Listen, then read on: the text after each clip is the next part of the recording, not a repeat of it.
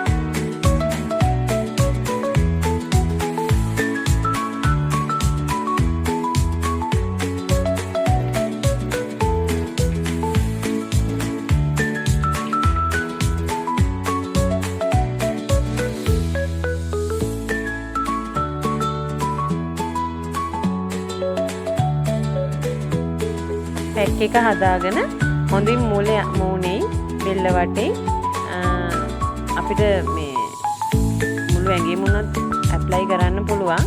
තමන්ට පුළුවන් ප්‍රමාණයට ඇප්ලයි කරලා විනාඩි 20ක් ඉඳලා කූල් වෝටර් වලින් සෝදලා දාන්න. ඔයගොල්ලෝ බලන්නකෝ කොහොමද යන පියවර කියලා.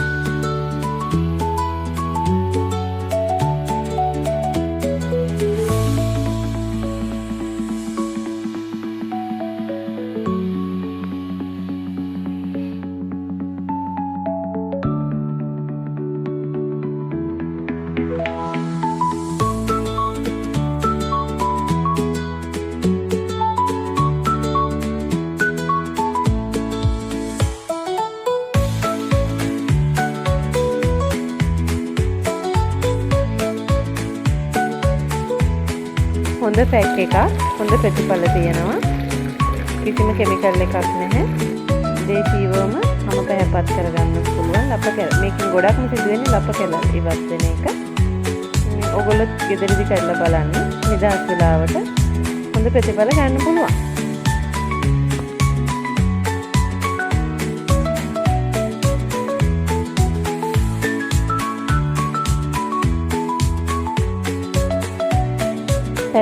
පැක් එක සෝදා ඉවත් කරගත්තට පස්සේ අයිස් කැටයකින් හොඳින් පිරිමැද ගන්න මූණ. ඊට පස්සේ කෝමාරිකා ආලේප කරනවා.